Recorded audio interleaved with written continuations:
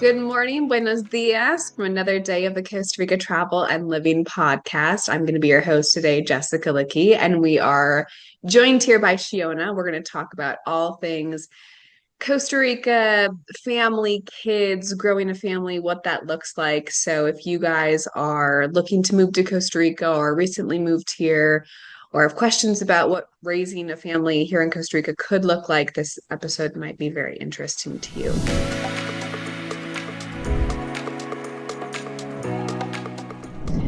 Shiona is joining us here in Costa Rica, but originally from Toronto, Canada. So without further ado, thanks for joining us. Thank you. Nice to see you, Jess. You too. And if you guys are loving this podcast, feel free to like, subscribe, share it on your social media, and tag us. We love to see our travelers that are enjoying the podcast along with us. At the very end of the podcast, I'll also include Shiona's information. So if anyone wants to reach out to her about your personal questions or me, feel free to do so. We're always happy to chat.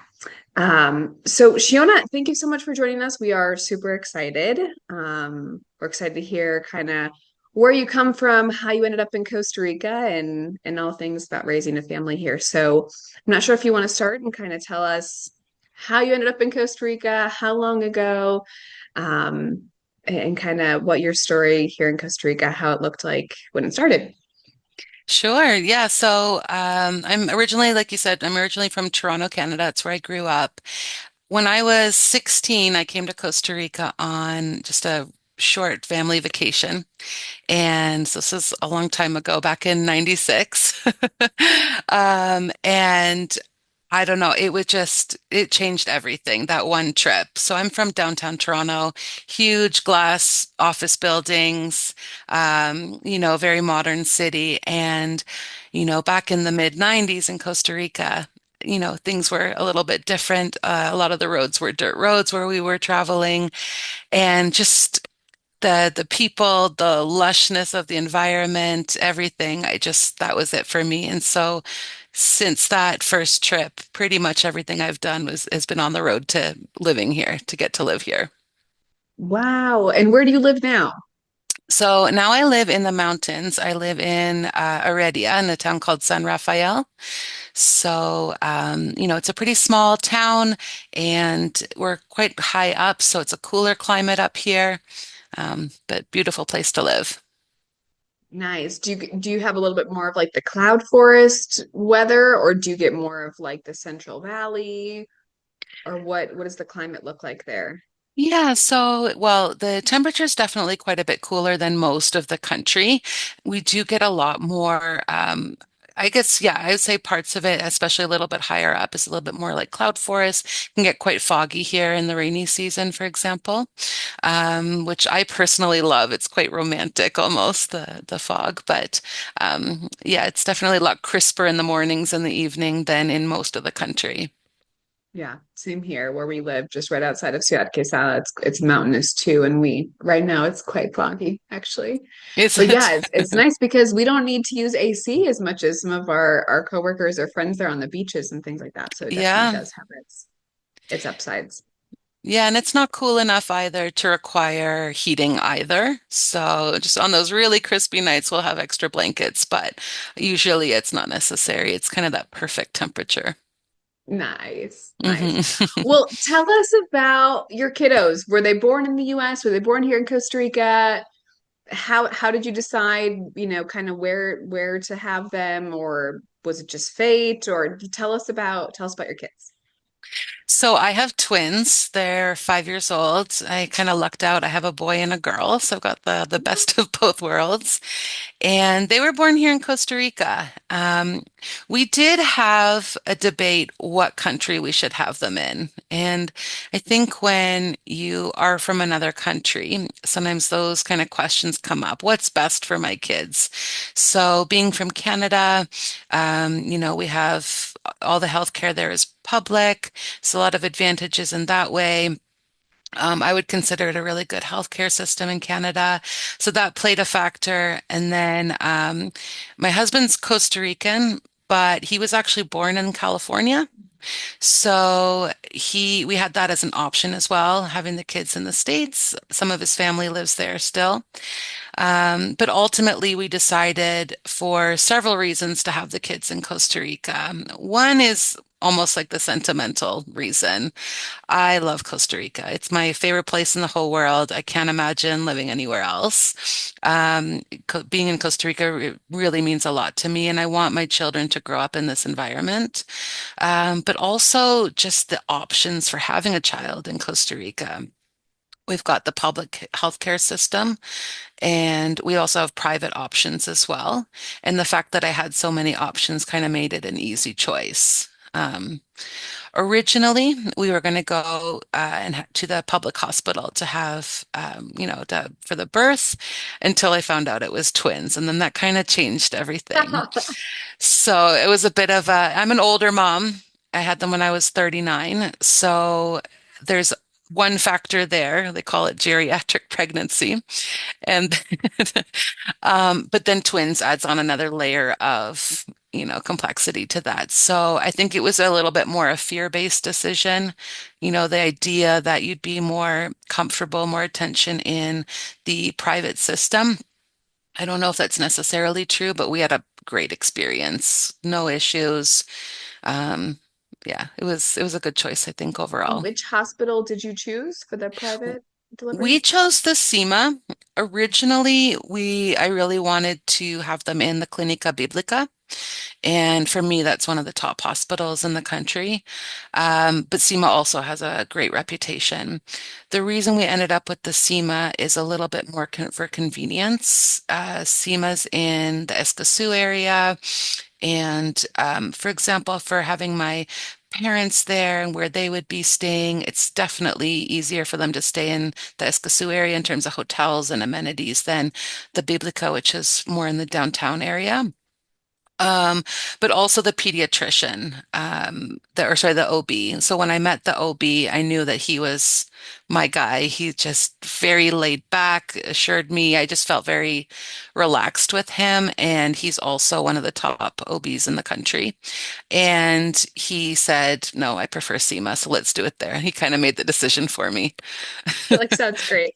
Yeah, I think that's what I needed. I just needed someone in charge to make the decision. And I felt he was very competent. So it was easy just kind of to let go and choose sort of what he preferred. And it was a good Nice. choice. I Yeah. had a great experience there. Awesome. And yeah, we for those that have been listening for a while now and have heard my voice or watched some of our videos, I am actually also 6 months pregnant. My husband and I are expecting in September. So a lot of these things that you're saying, it's like, yeah, there are so many decisions and so many options. Yeah. And you kind of are just like, I need someone to tell me what I should do, someone that I trust, because if not, it's like, do I do private or public hospital? Do I, try and have them in the public hospital here in San Carlos? Or do I go for what they say is a little bit better service in San Jose and, move my family or my husband and I to San Jose for a few weeks for the delivery? So, but it's nice to have options also, knowing that you're Yeah, not like stuck in this box of like, this is what you have to do, or this is what they do here in Costa Rica. Um, exactly. and so that was really nice too. When it comes to what you expected, I know that your kids are still pretty young at 5, but hmm raising kids here in Costa Rica, is it kind of what you expected? Or talk about that a little bit about when you guys made the decision to have them here in Costa Rica and that you wanted to raise them here. What you've lived through so far, does that kind of match what you had expected? I think for me personally, yes, because I'd already been here so long before they were born. I guess I'd been living here for about almost 18 years before they were born. So I already had a fairly good handle on the culture and, how the healthcare system works and schooling. I actually was a teacher for a long time as well. So I had, I already, for me personally, it wasn't a big surprise.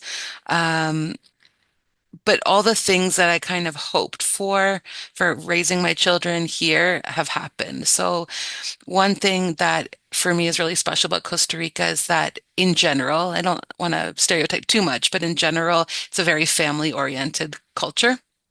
Family is really important. And, you you get that sort of support from family, but also the way that children are viewed here is really nice. People love children. I mean, my kids get stopped everywhere we go, a pat on the head. Oh, how cute they are. We go to the farmer's market. They're always given like free mangoes or a bunch of grapes, and um, people are really kind towards children. And that was something that I was hoping for as well, that kind of experience, the not feeling the need to shush them all the time or that I can't take them into a restaurant because it might bother people. I think in North America, maybe you have to be a bit more aware of that. And I think, at least in Toronto, I mean, I haven't lived in Toronto for a long time now, but and I think Toronto people, are quite polite, but maybe a little bit colder. So I love the warmth of Costa Rican people.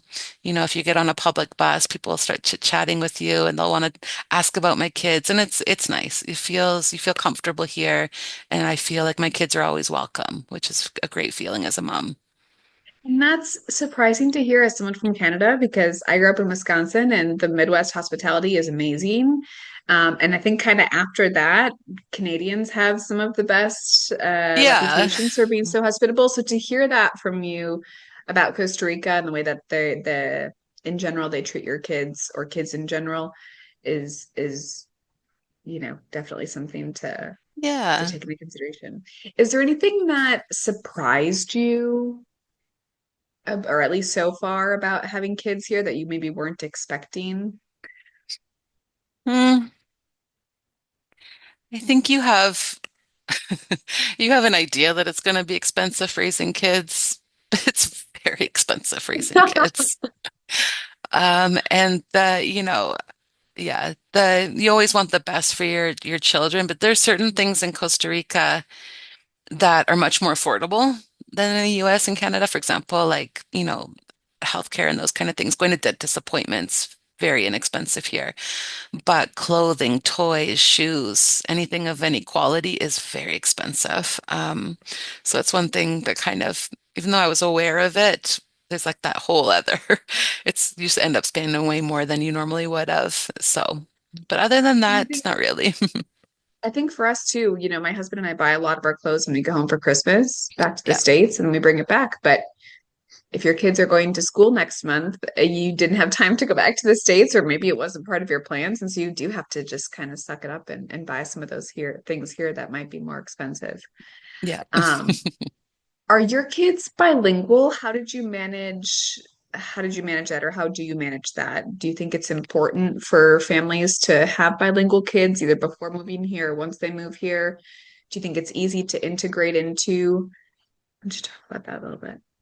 Yeah, absolutely. So, especially as a former teacher, I know how important being bilingual is. Even, we're hoping to add a third language if possible, even just for their brain development, but also to fit into the culture. They are, you know, children who are growing up in two cultures. Even though I've been here more than half my life, I'm still Canadian at heart, and I still have, a lot of that culture. My husband's Costa Rican. We decided even when I first found out that I was pregnant, that I would only speak to them in English and he would only speak to them in Spanish. And as a former language teacher as well, I know that that's important, to try and speak to your children in your native language.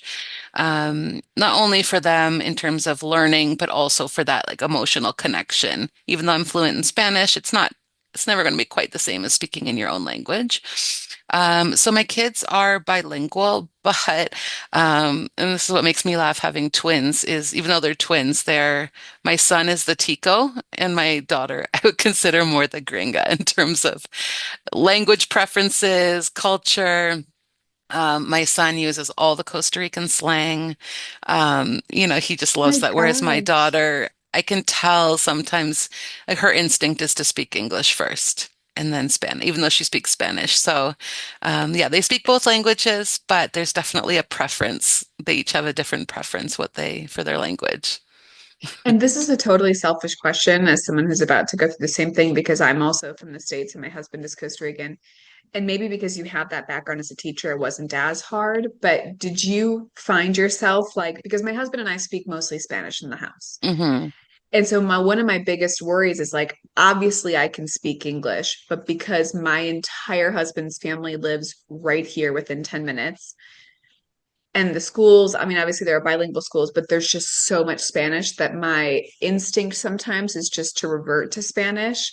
Did you find like it was hard to constantly be like, no, I have to speak English, I have to speak English, I have to speak English? Or was it just because of like your teaching background, you were like, no, this is just the way I have to, or this was like your foreign language, and so that's why you just diverted to English all the time? Or was it like a conscious effort? I think my instinct, if I'm talking directly to one of the children, is always going to be in English. Um, but I think also like I'm easy on myself as well. If we're at a family gathering and it's all Costa Ricans, I don't make it awkward by, refusing to speak in Spanish around my children. No, it's more those one-on-one interactions. I also mostly speak to my husband in Spanish, so the kids are going to hear it more in the house than they do English. But it's more that one-on-one interaction. But if I Okay. want to get their attention, I speak to them in Spanish. That definitely gets their attention. Well, because it's like you know that they're going to learn Spanish either way. Yeah, Like, especially knowing, you and I are very similar. Half of the family is Costa Rican, so yeah, they go over by Tita and Tito, and the grandparents, and they're going to be speaking Spanish. But yeah, like my mom, when she's here from the States, my mom doesn't speak much Spanish, and so yeah. they're going to be, with me and with my mom and my entire family from the U.S. They're also going to have to, speak a little bit of English. So I was just They're curious, but that's They're awesome that they're sponges though. They pick it up and they also learn pretty quickly who to speak either language to. And my kids switch back and forth. They just know. Um, so I don't know. So far it hasn't really been a challenge. It just kind of comes naturally. I think just in general in motherhood, just to also be easier on yourself. You know, you can have all these ideas of how you're going to do things, but if you quote unquote mess up one day or you don't follow exactly your own rules, it's fine. Everything will be fine. I love that. Yeah. One of the things I am most excited to talk to you about is schooling. Yes. School, daycare, what does that look like for you? What did you decide? What are the options? Because as someone who is about to bring a child into this world, you're like, okay, this is like a huge decision. Yeah. And thankfully there are so many options, right? But tell us about the options, what you decided, how you decided, and kind of what that looks like for your family. Sure. So, education is extremely important to me as a former educator. I worked in university. I also worked in high school. So, this is a very important topic. Here in Costa Rica, we have public and private schools. There are lots of options. And I think sometimes a lot of people are trying to make that decision, do I go public or private? But for me, it's much more the actual school because there are great public schools here. There are even a lot of high schools that have the IB program now, the International Baccalaureate program. Um, it really comes down to sometimes the town that you're in and those options.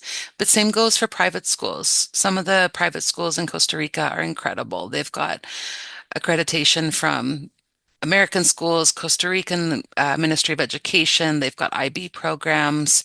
But there's others that maybe aren't so good because the requirements are a little bit different. And in the private schools, not all the teachers need to be certified teachers, for example. So it really comes down to doing your homework with the area that you live in and which school you want to send them to. I ended up sending my children to a very small private school. It's pretty affordable. So for both my kids, I do get a little discount for the second child. Um, but for both the children, I think I pay about 550 a month. And And that's US dollars. US dollars, yeah. Yeah, so that's definitely one of the more affordable options. So this particular school, I wouldn't say they have the most beautiful grounds, for example, but the teachers are phenomenal. I'm really happy with the school. Very small class sizes. There's only about 8 in their class at the moment. So they get a lot of attention. Their teacher she's phenomenal. So, and just the support of the school. So that was the right decision for us, I think. one of the thing, but there's also wonderful public schools as well. So I think it depends on your lifestyle. One thing to consider with public schools is sometimes, especially in the lower grades, they'll only be in classes for half the day. Sometimes that'll be in the morning, and then you might have a couple of days where it's in the afternoon. So for people who are working full time, this can be awkward. Um, the other thing is sometimes the teacher might be sick, and then there's just no classes, or the teachers go on strike. Whereas in the private system, classes go on. They have substitute teachers or they figure it out. So, if both parents are working, for example, that's definitely a factor to consider. If you'd end up paying the same amount having them in daycare, then for us, you might as well have them in the private school. Right. That was one of the things with my husband's nieces. Uh, I was like, they're in, third, fourth, and sixth grade, and they're out of school. They go in at 7:30 and they're back home by 10:30, 11. I'm like, what? And they had recess and Yeah. snack time. I'm like, in what moment were you actually able to like learn something?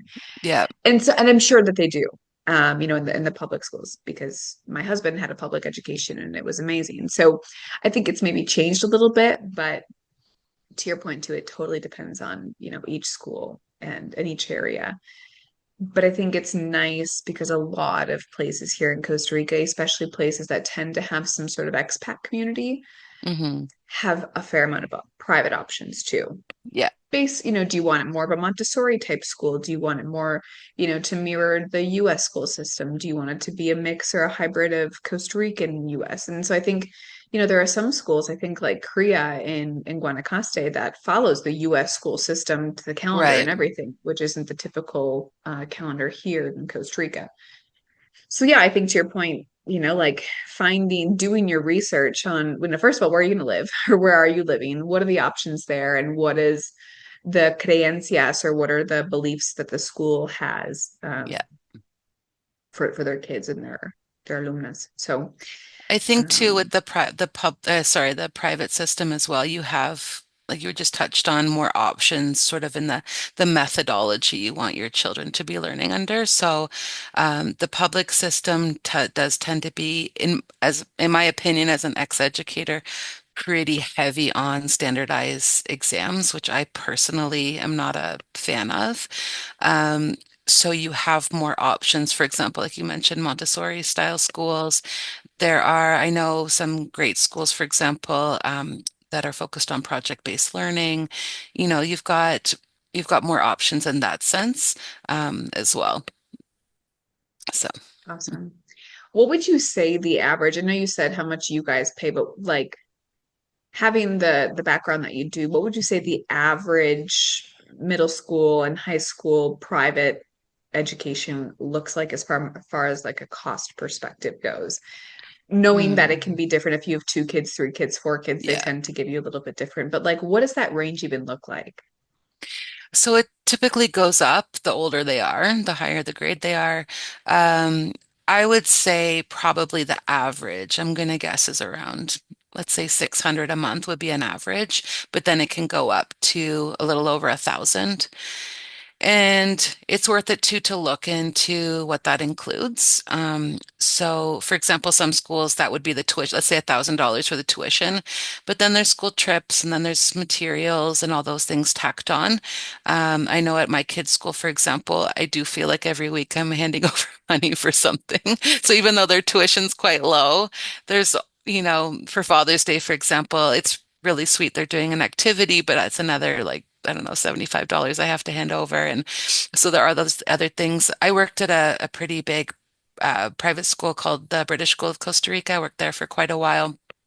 And I'm not sure if things have changed, but at least back then, they are on one of the higher ends of the tuition. However, it's all kind of included, and the school trips were included and things like that. So, I didn't have to send any notes home to parents asking for money, which was nice. So that's worth it too, because those little things can add up. So to have a really good idea of what the real total cost is a good idea. But yeah, it can I range think quite a bit, the price. It's interesting. So Harold's sister has three daughters. My husband's sister has three daughters. They go to public school. One of them now goes to private. And then his brother, and his wife have a daughter who she goes to a private school as well. So we kind of get to watch. They're all, there's four girls and they're in three different schools. Um, and it's really interesting comparing because like you said, it's not just the tuition, but then it's the science fair, then it's the language fair and the culture fair and Mhm. the Dia de Agricultores and all of these things, which is so cool because I didn't get to do that when I was younger. Me Like neither. I didn't Yeah. get to do those things. So it's really cool to see, but also, that each time it's, there's an economic ask behind that too. So Yeah. I think They it is also have a important. lot of graduations here in Costa Rica.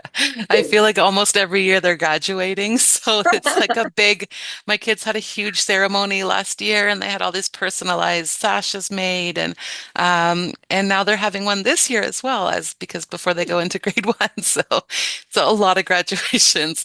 It's sweet. We didn't have anything like that in Canada, but it's Right, fun. Hmm. right. I love it.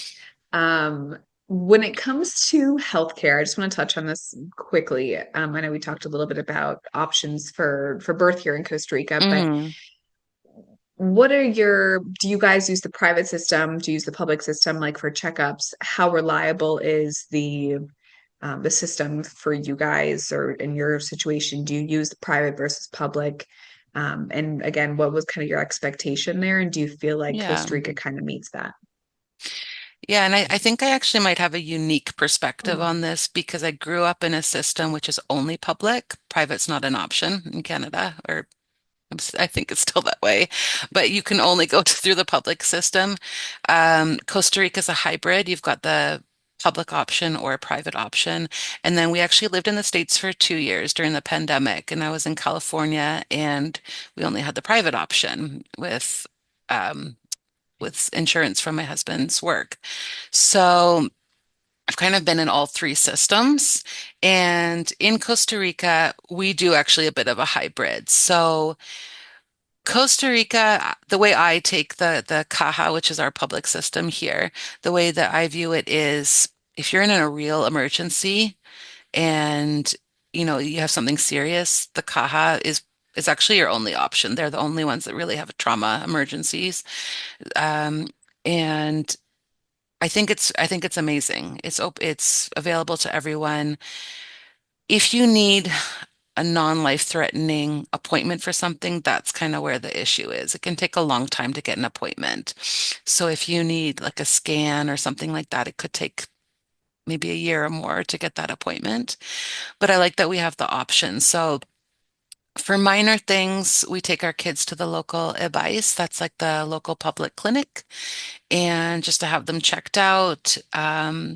If it's something that, like, let's say if I think one of my children's having hearing issues, then I'd probably go public or private. The appointments are not very expensive and you're seen right away. You don't have to wait for testing and things like that. So for me, what we do is we kind of choose based on what the issue is. My daughter actually has a surgery coming up through the public system, and it's been great. Just in terms of getting the appointments and scheduling and things like that. I've already seen the pediatric area of the hospital where they're doing the surgery. It looks great. So I feel really, at first I felt a bit uncomfortable about that, but after seeing everything, I feel very confident with it. So Yeah, we're doing something similar, and I didn't even realize. So I'm insured with the Caja because I'm married to my husband who's Costa Rican, and his insurance covers me.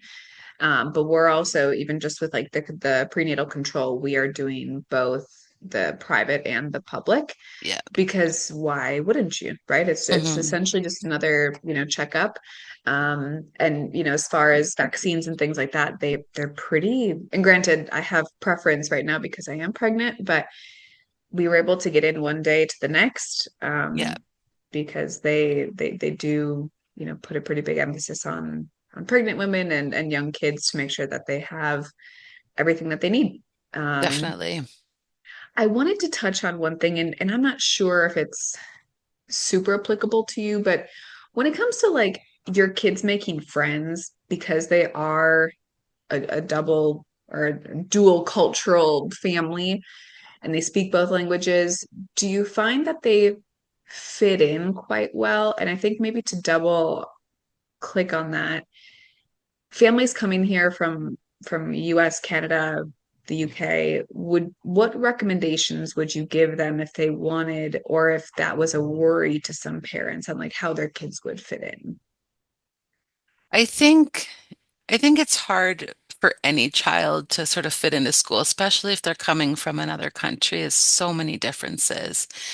I would say the most important thing is to try and get them used to speaking Spanish as early as possible, because that really opens up a whole new world. You know, when I worked in the private school, it was mostly Costa Rican children there, but there were of course foreigners there. And I think I think the preference for all the students in general is Spanish. They always used to tell me that Spanish is way cooler to speak. So, and that English wasn't cool.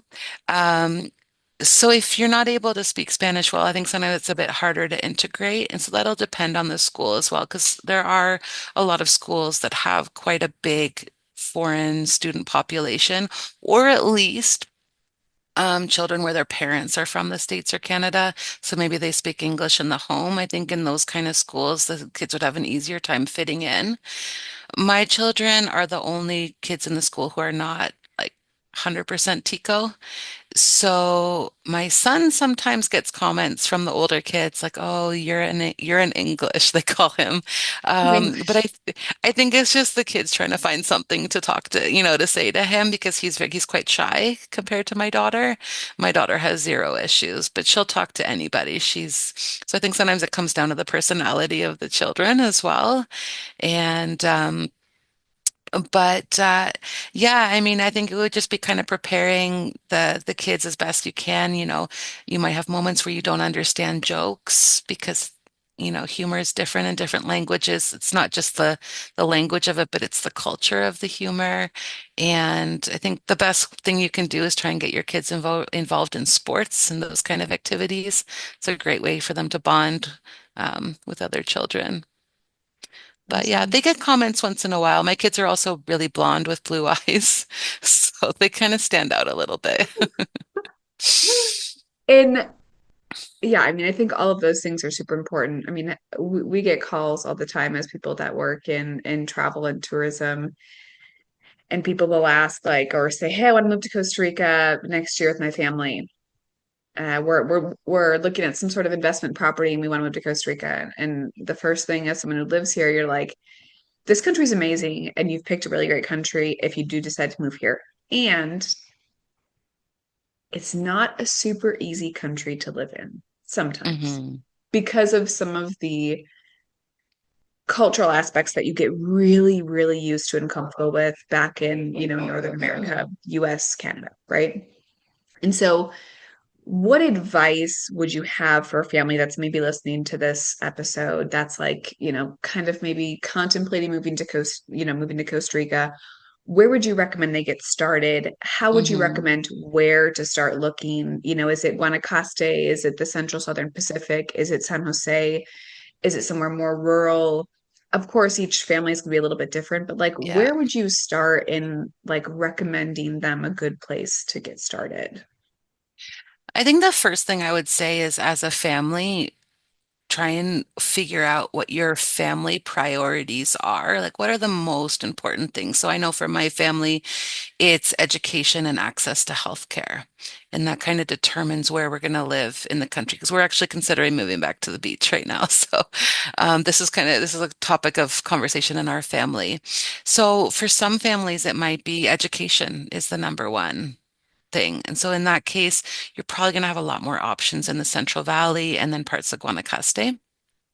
Um, but for others, some families are moving here because they want to get away from what they're used to in the States. They want their kids to grow up a little bit more, in nature and around wildlife and perhaps more like a little bit more of a free lifestyle. And then some of the beach communities are a good option for that. There's a big expat community, for example, in Uvita, and there's some more alternative style schools in that area. And the children, you'd grow up quite differently in a town like Uvita than you would growing up in San Jose. Another aspect that I'm not sure how many people consider, but I think it's really important is the kind of community that you'll have around you. And especially once you become a parent is when it's so clear how important your community is. When you're moving from another country, you're often leaving your family behind. And that poses a lot of challenges. You know, you're sick and you have to go to the hospital. Who's going to watch your kids? Do you have people who you trust enough to do that?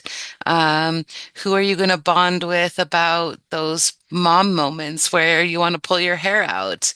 You have to find other moms who are kind of like-minded. So those are things that really come into play. And that might mean choosing a community that has, or an area that has maybe a lot of expats so that you've got something in common with people, but I think also important to try and integrate with the Costa Rican community as well, because that's where you're living, and try and make Costa Rican friends.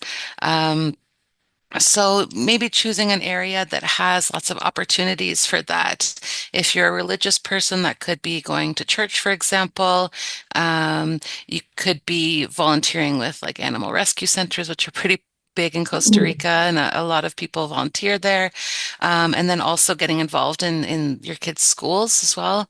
A lot of my good friends now I've met through parents of my kids' friends. So I think those would be important factors to consider as well. You might want to live in a rural area that's, much more in the rainforest, but consider what are you giving up the more rural you are. And then if you're going to choose an area that's, let's say in the city and you've got lots of activities for the kids and schooling and things like that, but you might be a little bit further away from nature and that kind of lifestyle maybe some people are picturing. So a lot of factors to consider. And if you had to sum up raising a family here in Costa Rica in one word, what word would you use? Magic. For me, Costa Rica's magic. It's just, I feel like I don't know, even if you're having a hard day, it's so beautiful here. People are so kind here that it never feels quite as bad as it could. Awesome. So, yeah. Well, thank you so much for sharing all that you have. I think it was super helpful, even for me as someone who's about to go through all of this. So Yeah, I it's so really, really exciting. appreciate it. And if anyone wants to reach out about coming here, visiting for the first time, where to get started, Shiona has been here for tons of years and she knows tons of really great places to get started and has tons of really great resources as far as being able to point you in the right direction and maybe even help you plan your first trip. So please reach out. We will include her information here below. And make sure you guys follow along with us for future episodes, like, subscribe, and thanks so much for joining us. And thank you for joining Absolutely. us as well, Shiona. We'll be in Thanks, touch. Jess. Great talking to you. Pura vida. Bye. Ciao.